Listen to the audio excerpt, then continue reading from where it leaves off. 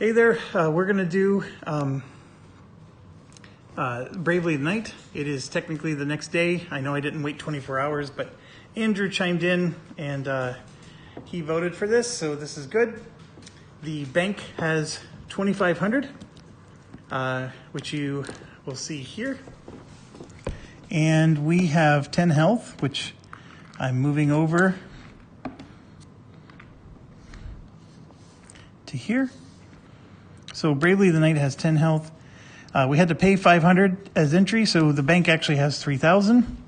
And there is a miniature for Bravely, but I can't find him, so we're using the dog. I'm sure it's here somewhere. I'm gonna go to the right first. Oops. And I rolled a 4. So 1, 2, 3, 4, boom. We got 700 gold right off the bat. I can't complain about that. 1, 2, 4, 5, 6, 7. So even if we get no more gold, we already got more than what we started or what we invested, so that's good. 2, that was a really wimpy spin. So I'll spin it again. There we go. We got a 1. So now we got to move backwards.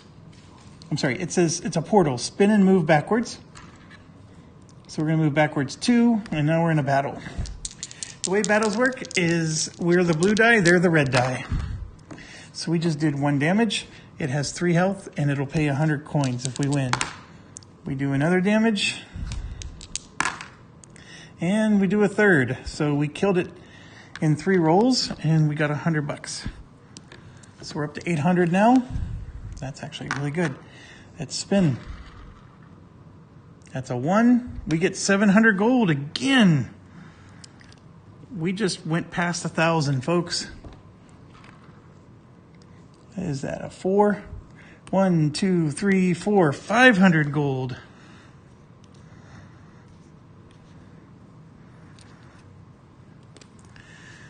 A 1 would be awesome.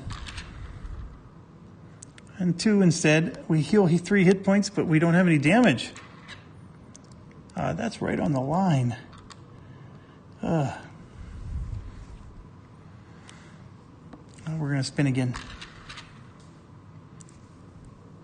3. 1, 2, 3. Okay, I'm going to roll 1d6. If I get a 1 to a 3, I take 2 damage. I'm falling in a hole. So I rolled a 5. That's a 4. 1, 2, 3, 4. Heal 2. We haven't taken any damage.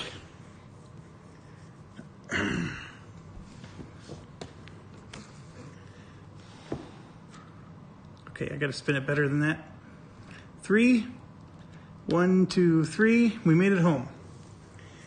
Okay, folks, I have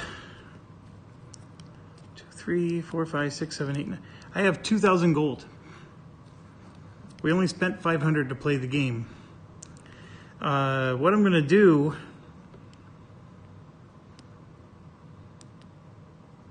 we can keep going, but there's no reason to. So I'm going to take the 2,000 gold and add it to our inventory. And then I'll spend 500 of that to play again. We can do 1 game of chance, but you can play as many times as you want until the bank runs out of money. And right now the bank still has 1,000 bucks in it. And I'm putting 500 in to play again. So it's now at 1,500. There's no harm. I mean, obviously you could have kept going if you wanted, but why? We had 2,000 gold. I mean, we just cleared 1,500 gold, and technically we made 1,000, right? Because we originally invested 500, we cleared 1,500, so we made 1,000 out of this deal. That's wonderful. So now we're gonna keep going, and maybe we can empty the bank, right? So I'm gonna go the same direction. So let's go. That would be a 3. 1, 2, 3. So we got a battle again. That's a hit. It's a good roll. Another hit. Excellent rolling. Bad rolling. Bad. Bad dog. And that's a tie. So in the case of a tie, we both take a hit.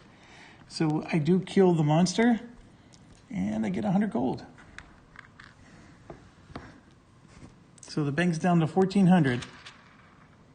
That was a good spin. 700.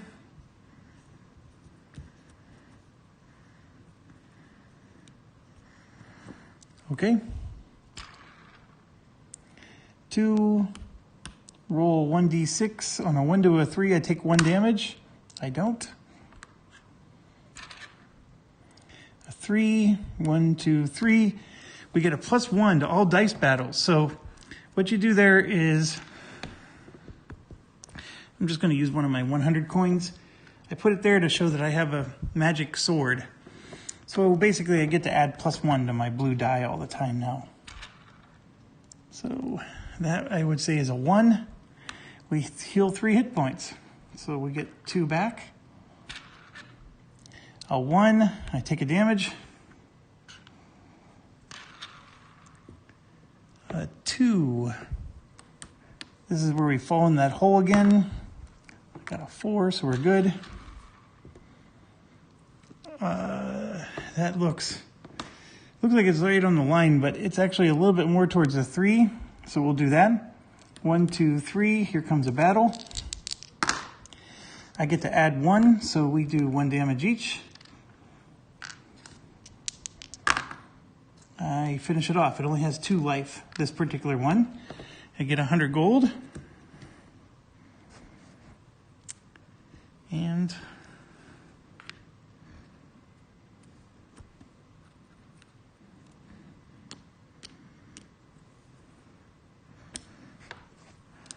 okay.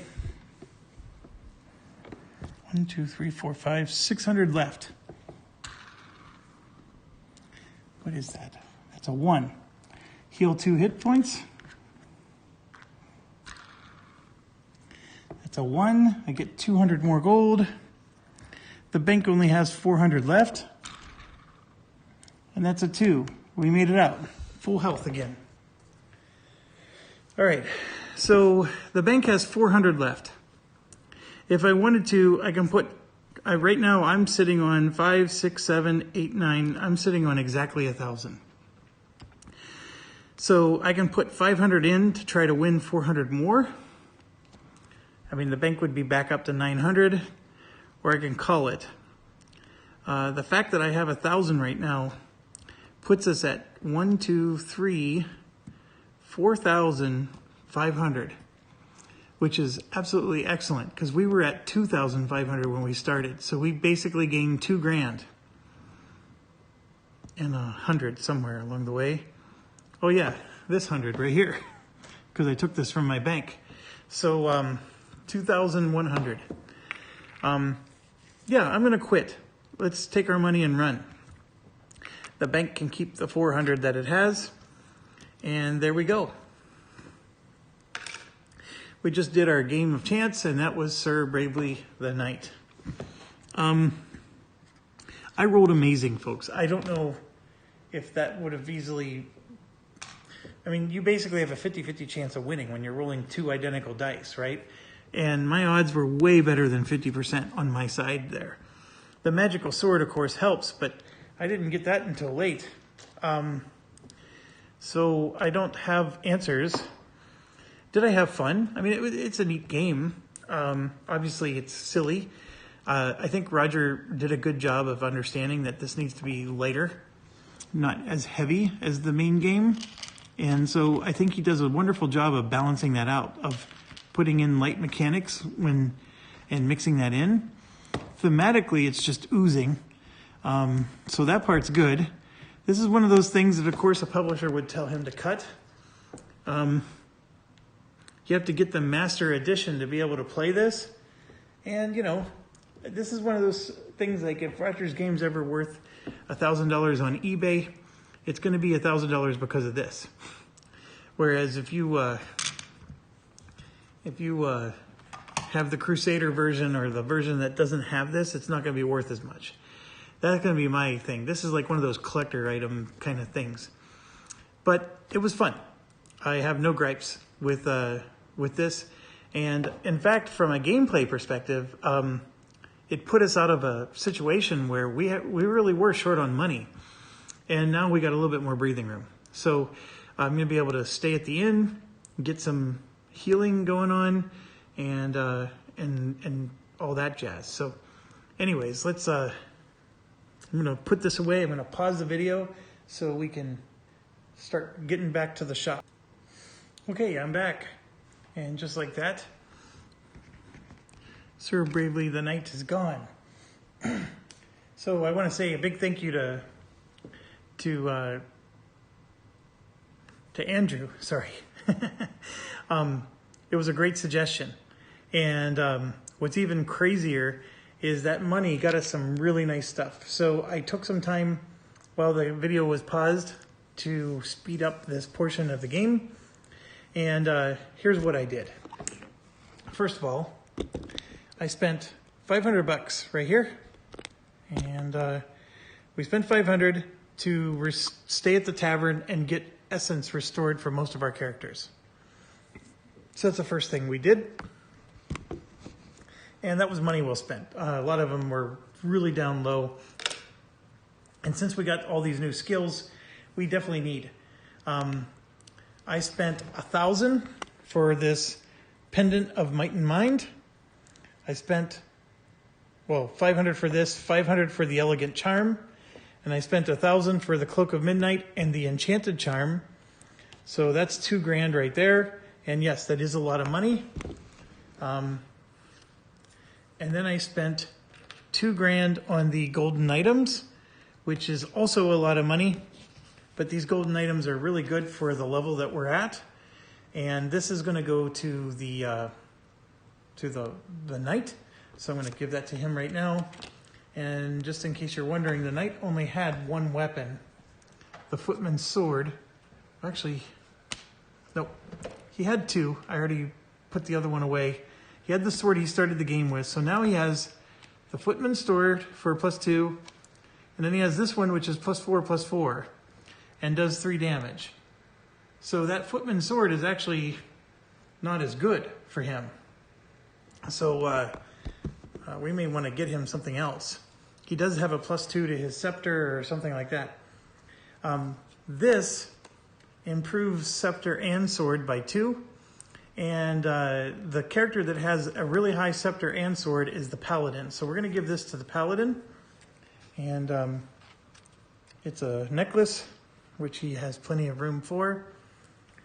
And the staff I'm going to give to our mage, which is going to give it some nice dagger and magic attack. So it can be used for both the magic or the dagger.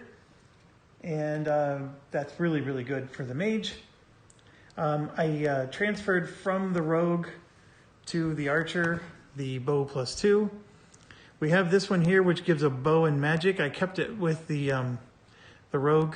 There are different types of things, like that's a necklace, and then this one's a ring. So, you know, you can have one of everything. So you can equip a lot of stuff here. So what do I do now with these other remaining items? Well, this one is going to go to the rogue as an armor. So the rogue is going to be pretty tough to beat in that category. But see, we're going to get a socket. So that's going to go to the rogue as well. And it does have a socket. I got to figure out how to do this. There's just not a lot of table space.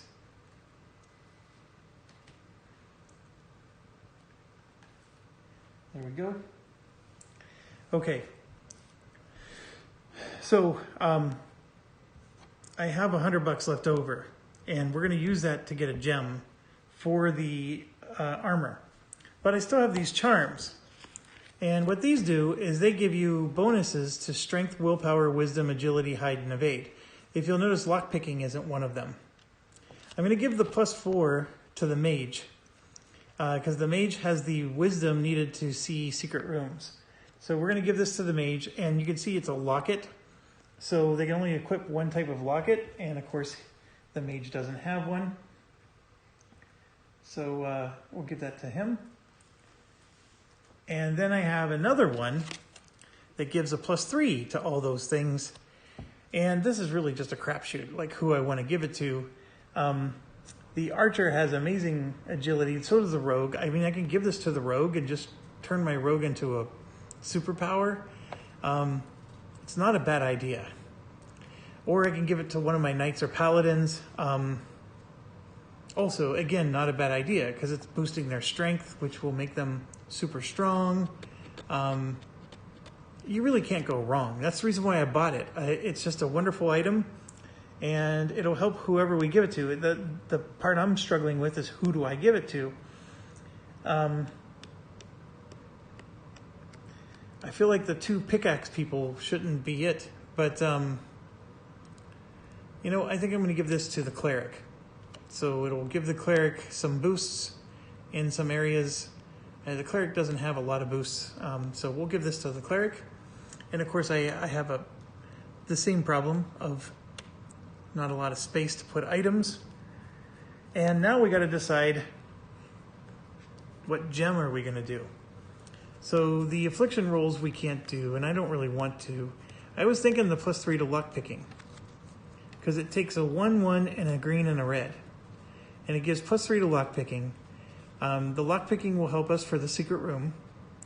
I don't know if it helps for anything else, but it just seems like if Roger designed something that gives you a boost to lock picking, it seems like maybe we should do it. +3 to lock picking is almost like a guarantee that you're gonna succeed, because when you roll the die, it's a D6, and you're gonna get to add +3 to whatever you roll. I mean, basically, you have a 50% chance of getting an automatic 6, right? So maybe that's like too much. I don't know. The rogue already has a +2 to lock picking on her own, so this +3 added to the +2. I mean, it's a +5 to lock picking. You don't even have to roll. It's an automatic success. I don't know. I sort of like that idea, but should I do something else? That's the question. Spending 1 less essence was something we wanted to do, but we don't have 2 purple, 2 amethyst, so we can't do that. This one, deal additional damage. We don't have the black mineral for that one. This one, +3 to all attributes. We don't have the black mineral for that one. That would have been a nice one. This is basically the equivalent of those gems that we just purchased, or the lockets. +2 to base movement is nice, but you know, I actually like the lockpicking one more. And if we're going to do the lockpicking, we should do it now, because there's only 1 secret room left on the board. We already wasted our opportunity with the other secret room, so I'm going to do it. It may not be the smartest thing in the world, but you can always like make another gem later and replace it. So it's not like Diablo where the gem is permanently in there, or you have to pay all this money to remove it. None of that stuff. So I am paying my last 100, and the gem did require 1 moonstone. So it requires 1 of these rubies, 1 jade, and then 1 zoltan, and 1 moonstone. Does anybody remember what movie Zoltan is from? I'm trying to remember what movie Zoltan is from. It's the one where Tia Carrera turns into a giant space alien, like some kind of gun. So somebody's an alien, of course. They're disguised as a human. I want to say it's Dude, Where's My Car? It has to be Dude, Where's My Car? Because I quote that movie so dang much. Oh gosh, I love that movie. Dude, Where's My Car and Road Trip. I saw them both around the same time, and Dude, Where's My Car is way better than Road Trip, but I do love both of them. There's a Pauly Shore movie that I really like too. I know, he's a little annoying, but I did like that one. Anyways, there you go. Gem of Finesse complete. And so we will slide this in for here. And there we go. We have +3 to lock picking. And so what you do is I think I showed this before, but you slide, half the card is underneath where the gem is, so you can see the gem is for that slot. I know, I just don't have a lot of space. But there we go. And then here, the blacksmith. We can still come up with the dog once we get more money and buy more stuff. I think the level 3 stuff's going to be even better, because then you're going to start being able to take the legendary and the epic items.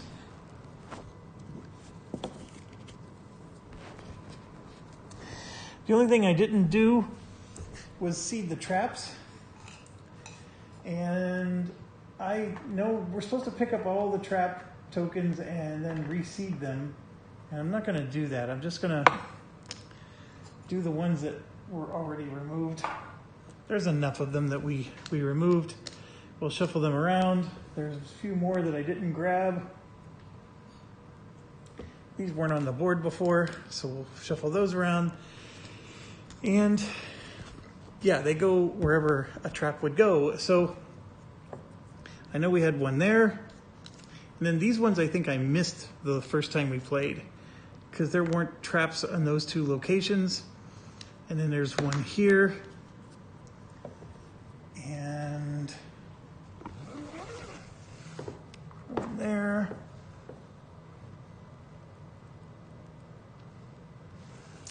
Yeah, the trap mechanic could have been a little better. I understand Roger kept it simple. It's too, like, I really wish that a rogue could detect them and disarm them. Like, the lock picking needs to be used more than just for secret rooms. And if the rogue was able to lockpick, use the lockpicking to disarm traps, you know, that's the whole point of having a rogue with you, right? You bring them along to disarm the traps. So I think there was a miss there. It could have been better. All right, I'm taking the minions off. I can do that in between videos. We basically got everything set up. We're going to set our heroes in the siege room again, and then it's back to normal play. We go into level 2, and we're going to do the level 2 quests, as you see there. Everything's going to be just humming along normal, like we did before. I did get the camera to point more straight down. Now, it's got a better top-down view, but it doesn't show as much in the, you know, as an angle. So we'll try this. I can move the tripod again if we need to. I mean, I'm looking at the computer screen right now for the video, and it actually looks like a really, really nice angle. So hopefully you'll enjoy that. Yeah, so all the minions get wiped. We do not refresh the treasure chest. I know I mentioned that before. It doesn't happen. The mines get refreshed and the traps get refreshed, and that's it. And then whatever chambers we cleared are staying cleared.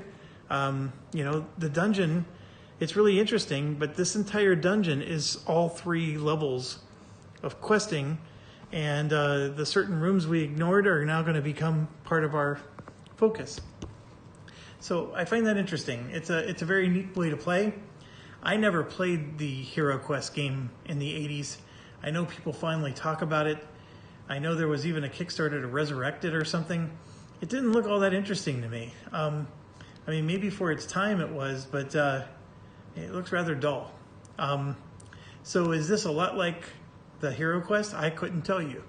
I am enjoying it. I have my issues, but I've spoken about those, and I'll shut up now so we can end the video, and let's get started on the next one. I'll clear the board of the minions. Oh, the rules do say we need to spawn new minions, so maybe we should do that. So let's clear a board real quick.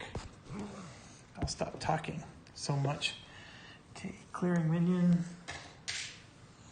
Hero. Hero.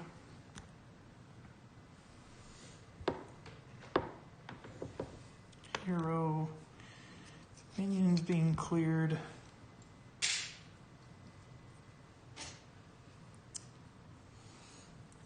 Another hero. 1, 2, 3, 4, 5, 6. 6 heroes and a dog. We got that covered. The minions are gone. That's covered. Taking back the raid token. Pulling back all the cards. Okay, the level 1 minion deck is done. So we can actually, you can actually put it back in the game box if you really wanted to make room for your other components. The level 2 and level 3 minion deck, they're never used. until you're actually in the level 2 like we are now. So I had all 3 of them out.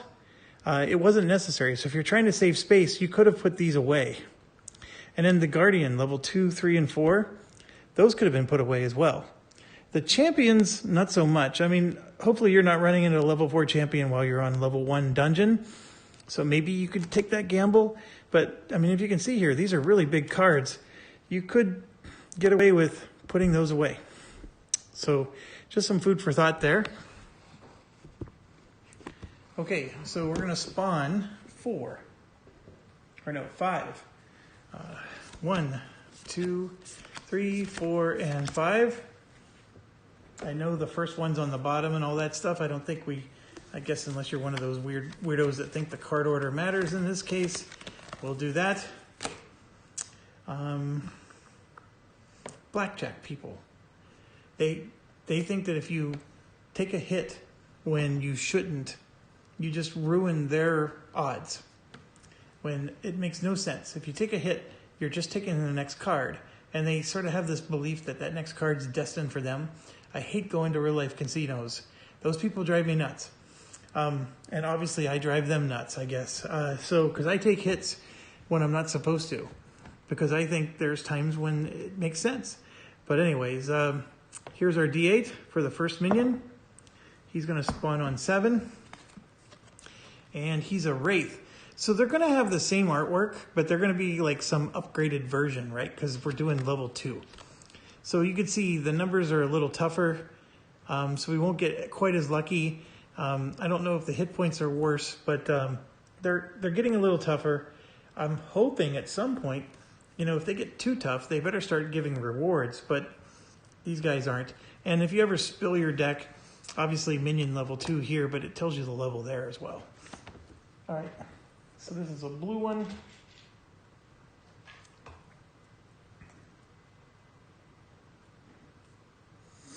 That goes on the 7.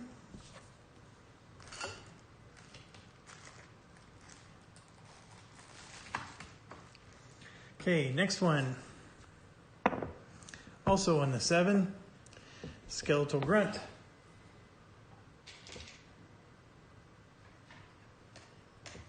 It's a red one. So it's got the exact same name, huh? Skeletal Grunt was the name of the previous ones too. It's just a level 2 Skeletal Grunt, I guess.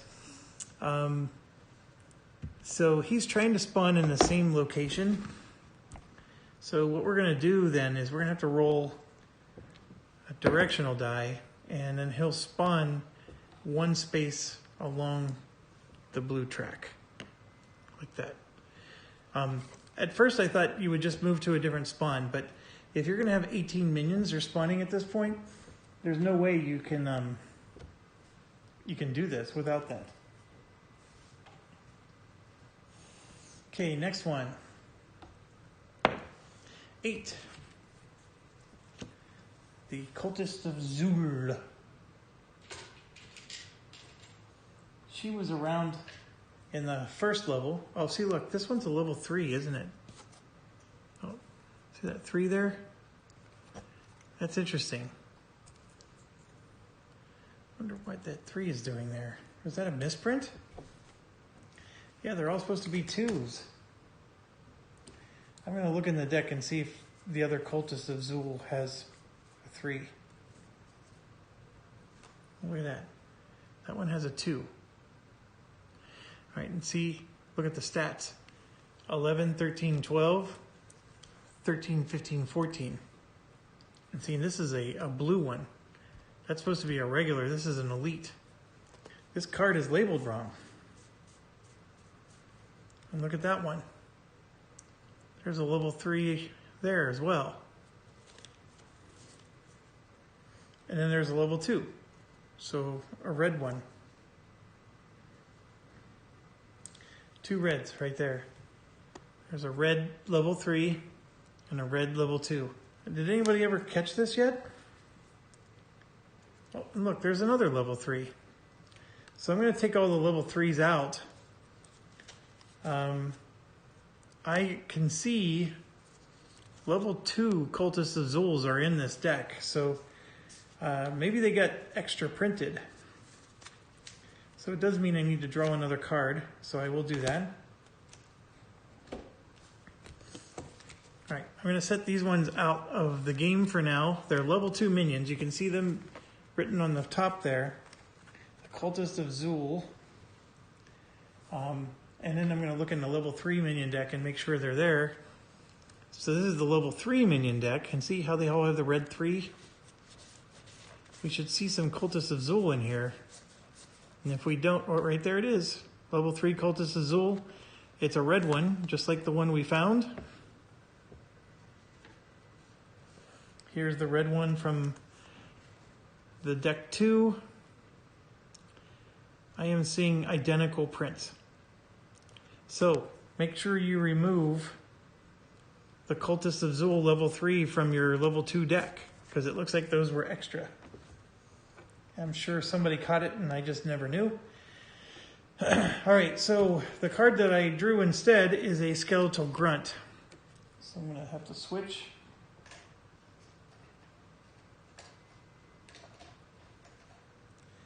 And it's a blue one. And he's going on 8, which is over here. And number 4 is all 3 Skeletal Grunts are out. This one's a blue one. Hold on. Oh, the last one was a green one.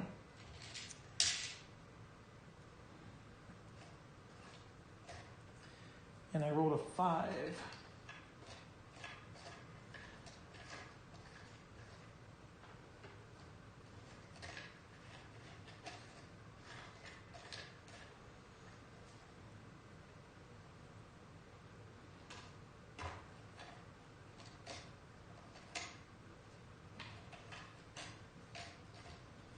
Having a bear of a time finding this one.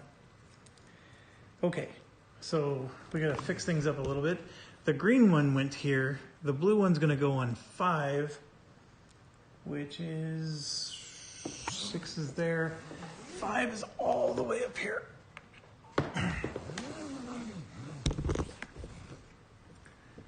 Okay, and then the last one is a Shadow Servant going on 4. And what color is that? Green. Not very colorblind friendly, is it? That goes on 4, which is here. Okay, now our minions are in place. We put our heroes in place, and then we'll be ready to start a game. So, I don't know if it matters. So we're just gonna pile them on.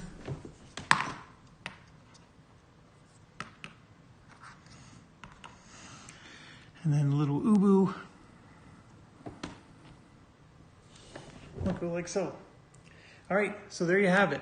We're ready to start quest level 2. I have a feeling that the game's gonna get a little bit quicker because we're already partially completed with quest level 2. But I also think the battles are going to be a little bit more epic. So you got that. But it's not going to be that much quicker. And then we still have a 3rd level quest too. So lots to do, folks. Many more hours before we finish this campaign. Dare I say it, I know some people, especially on Rolling Solo's Facebook page, they really like Altar Quest. To be quite honest, I like this one more. Altar Quest has too many cards that do too many things and you have to exhaust, but yet you can still do the action.